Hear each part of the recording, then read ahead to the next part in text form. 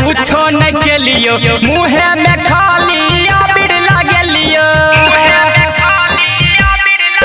हे पिछला साल तोरा कुछो न के लियो मुहे में खाली आबिर लागलियो ओइ बेरा पूरा क दे बौजियान ओइ बेरा पूरा क दे बौजियान आ कर नहीं गे छौड़ी तू एते गुमान आ होली में रंग बौगे तोहर सामान कर नहीं गे छौड़ी तू एते गुमान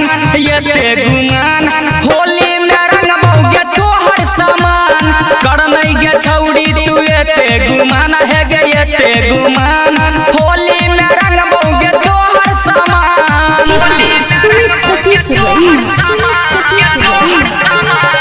इलाका किसी का भी हो धमाका तो डीजे रेस का होगा।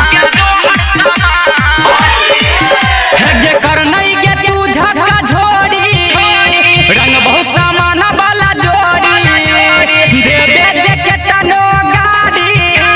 छोड़ बहु ने तोड़ा गे छौड़ी हे जे करबे जे तू झटका झोड़ी रंग बहुत सामान वाला जोड़ी देवे जे के तनो गाड़ी छोड़ बहु ने तोड़ा गे छौड़ी तोहर जवानी मारै छौ उठान तोहर जवानी मारै छौ उठान आ कर नहीं गे छौड़ी तू एते गुमान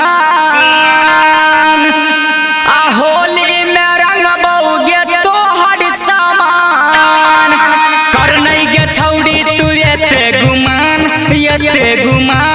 होली में रंग बौगे तोहर सामान कर नहीं गे छौड़ी तू एते गुमान है गे एते गुमान होली में रंग बौगे तोहर सामान।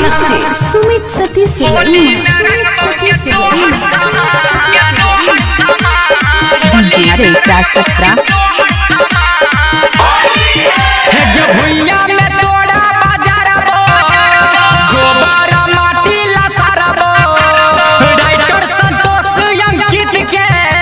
गोला क गे चोली के फारबो हे गे भुइया में तोड़ा बाजारबो